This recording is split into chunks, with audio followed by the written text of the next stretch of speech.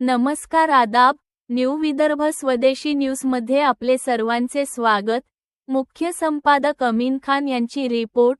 आज दिनांक 6 मे 2026 रोजी नांदुरा येथे रतनलालजी गादिया यांच्या इच्छेचा मान। नांदुरात बिकानेर परिसरात जलसेवेचा महायज्ञ सुरू।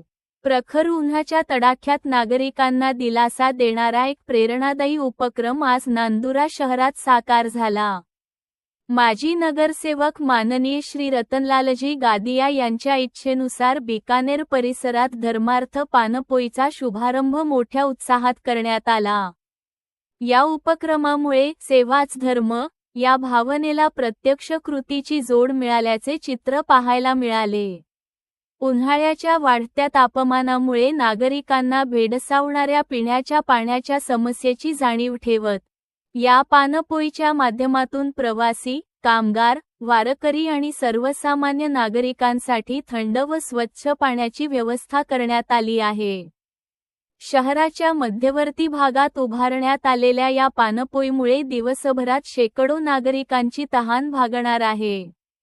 शुभारंभ हरिभक्त श्री रामभाऊ झांबरे, शिवसेना नेते यांच्या हस्ते पानपोईचे उद्घाटन करण्यात आले।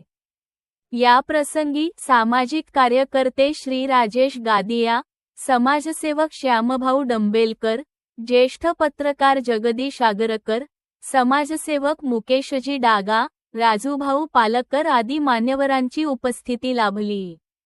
मान्यवरांच्या हस्ते उद्घाटन होताच परिसरात समाधान आणि आनंदाचे वातावरण पसरले। यावेळी उपस्थित मान्यवरांनी उन्हाळ्यात पाण्याची सेवा हीच खरी मानवसेवा आहे। रतनलालजी गादिया यांच्या प्रेरणेतून सुरू झालेला हा उपक्रम समाजासाठी दिशादर्शक ठरेल असे गौरवोद्गार काढले।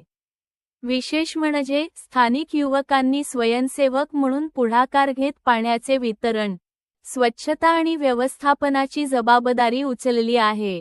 त्यामुळे हा उपक्रम केवळ पाण्यापुरता मर्यादित न राहता सामाजिक ऐक्य आणि सहकार्याचे प्रतीक ठरत आहे। नागरिकांनीही या पानपोईचे मनापासून स्वागत करत आयोजकांवर कौतुकाचा वर्षाव केला। एकूणच रतनलालजी गादिया यांच्या इच्छेनुसार सुरू झालेला हा जलसेवेचा महायज्ञ नांदुरा शहरात मानवतेचा जीवन संदेश देणारा ठरत आहे।